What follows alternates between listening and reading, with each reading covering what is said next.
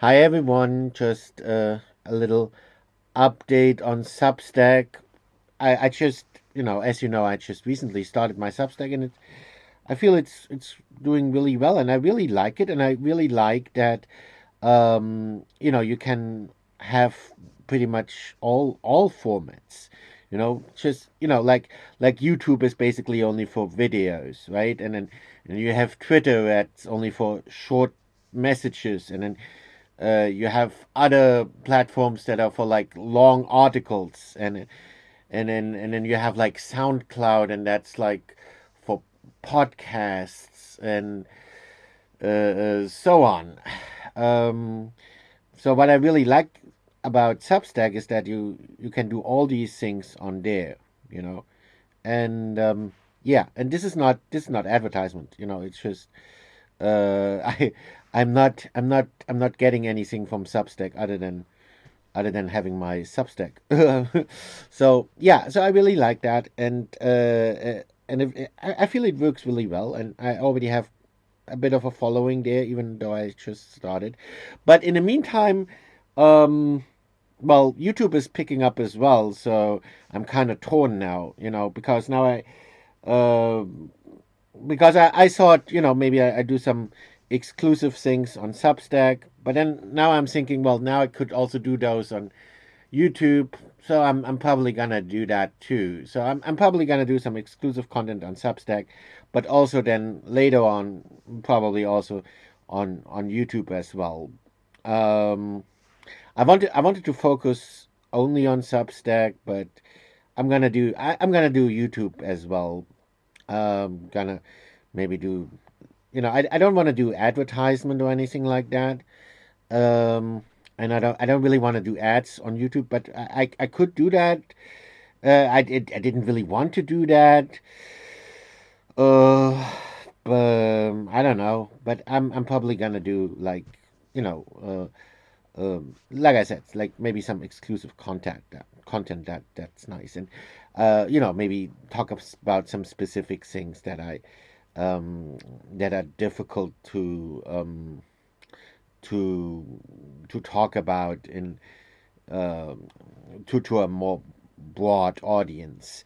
Like for example here, because I really want to, I do have some stuff where basically I can be a bit of a whistleblower, like like this article here, and this was actually originally, and I intended this. I didn't intend this as an article for Substack. I started writing this as a script for a YouTube video. But then for a long time, YouTube, wouldn't make me a partner, which isn't really important to me because I don't, like I said, I don't really want to do ads or anything like that anyway. So I didn't care about that. But if you're not a YouTube partner, then and that I noticed, then your videos don't really get shown by the algorithm. Um, so yeah, so because I got the feeling that even though I have a lot of subscribers on YouTube, a lot of my subscribers don't get shown my videos. I then started doing that as an article on Substack, because that's actually, I feel that's something really interesting I can talk about. Because I have some personal experience related to that, and it almost really is like, oh well, I'm not. I don't want to say that I'm a whistleblower, but well, maybe a little, because no one has really talked about this stuff outside of Germany, except of course the um, well the people who support the Communist Party, they know that, and they are using that to attack the Epoch Times. And I'm not trying to attack the Epoch Times at all. It's already being used uh, by supporters of the Communist Party to attack the Epoch Times. So I feel it's important to talk about it, and I can, I'm in a position to talk about this. So yeah, so I feel that um, yeah, that turned out to be quite an interesting article. So if you want to know more about that, you can read the article on Substack. And of course, I'm like I said, I'm probably also gonna um, turn it into a YouTube video after all. Um, but I don't know when I'll get around to do that. And besides, I kind of actually really like the article. I like the way the article turned out. Um, so yeah, so I think it's great if there's some things you know about, like akin to blowing the whistle on something. I think that's great for Substack. I think Substack is really suited for that. Um, and I think if I had made this into a video, um, it would have been difficult to follow because I really do want to show examples. You have a lot of examples, a lot of links. That's difficult to do in a video. So I still want to turn it into a video, but well, I'm kind of turning it into a video right now, aren't I? It's just so ridiculous. Um, I've got to show you this. It's like this is the German version of the Epoch Times. I don't know if you can read German, but here they're like literally saying that the Earth is flat, and of course it isn't. But yeah. See, that's also why that's why it's difficult to make YouTube videos about that because, of course, I'm not saying that the Earth is flat. Um, I am criticizing the Epoch Times for uh, publishing articles like that, which of course is completely insane. Uh, but but I don't know if the YouTube algorithm can differentiate between people stating such nonsense and me criticizing people stating such nonsense. I think the YouTube algorithm has a hard time with that. So that's also one of the reasons why things like that are, you know, probably better on Substack. But like I said, I do wanna do stuff like that on YouTube as well. And I have some more things I can talk about. And just some interesting things and some things that are just insane. Like and especially like because in this article they're claiming the earth would be flat, and like in the next article they're claiming the earth would be hollow. Right? So I'm like, okay, well, it's already insane, in and of itself, but if you claim both of these things at the same time, I mean, is that even possible? How can it be flat and hollow, right? Yeah.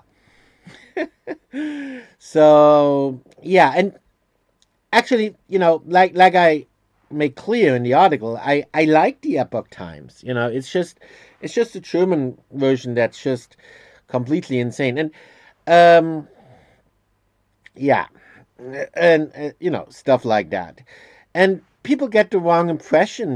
They think well. I don't know. They think maybe all of the Epoch Times would be like that, but it's really just a German version. Um, Yeah, or I don't know.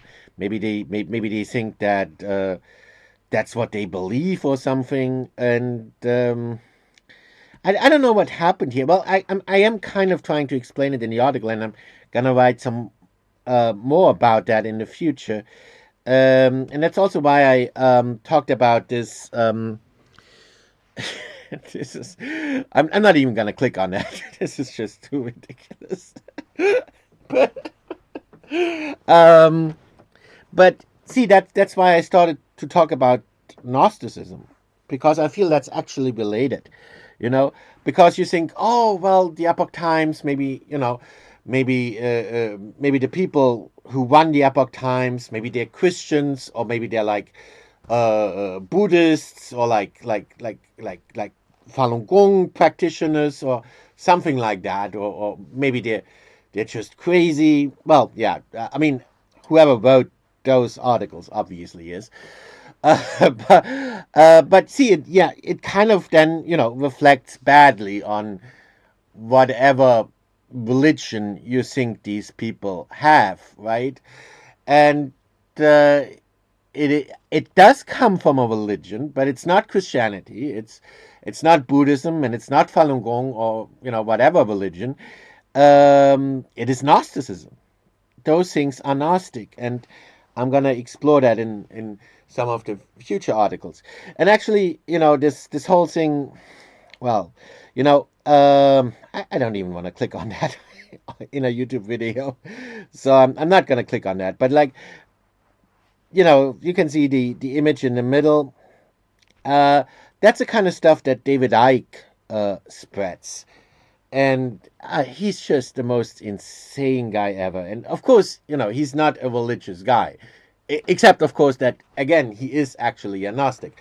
So it's Gnosticism that teaches these crazy things, and I was trying to explain that in some of my videos where I talked about Gnosticism, and where I, you know, used the Matrix as an example, because that's literally what Gnostics believe.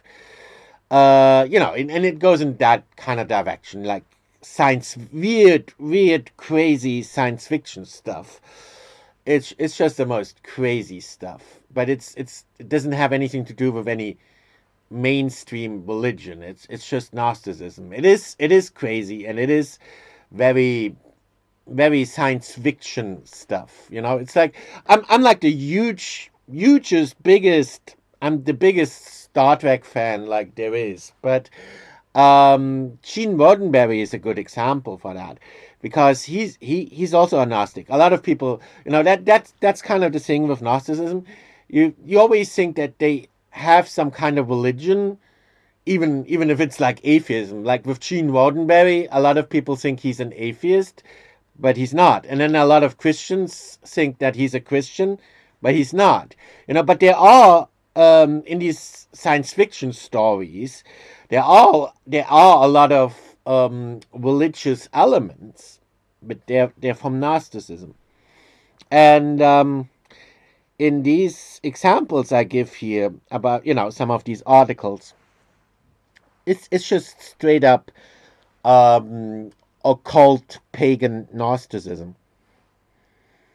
Um, yeah, even the horrible racist stuff, you know, that's where it comes from. It comes from Madame Blavatsky, and, you know, stuff like that. And she had some weird teachings, I tell you. And that's also, you know, where David Icke gets his stuff. He gets it. Well, it's not just Gnosticism. Like, Gnosticism is a broad term, right? Um, a lot of things can be considered Gnostic. Um, but more specifically, you know, Gnosticism in the sense of New Age occult teachings, you know, and Madame Blavatsky is very typical of that, and a lot of these things are based on her teachings, and her teachings in turn are based on Gnosticism. So that's the relation. And yeah, that's where that's why you have a lot of crazy people nowadays, you know, who believe these crazy things.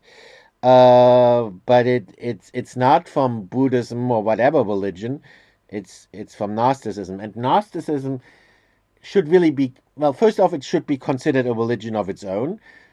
And that's very important, because it always tries to attach itself to um, you know, all kinds of other religions. Um, but more than that, it really is a Gnosticism is a religion that is very much opposed to other religions. I mean, they first off, they kind of claim that they affirm other religions. That's why they often present themselves as another religion. But what they're really doing is undermining that religion from the inside with their crazy teachings. And then, people get the wrong impression and think that, whatever religion it may be would teach these crazy things. No, it's just Gnosticism that teaches these crazy things. So yeah, I think it's very important to make a distinction there, and that's why I wrote the article, and I'm gonna write some more articles specifically exposing uh, Gnosticism. And when I mean Gnosticism, I mean these kind of New Age, Madame Blavatsky, occult stuff. I'm not talking about ancient Gnosticism. I'm not talking about knowledge or whatever. No, I mean occult New Age type of Gnosticism.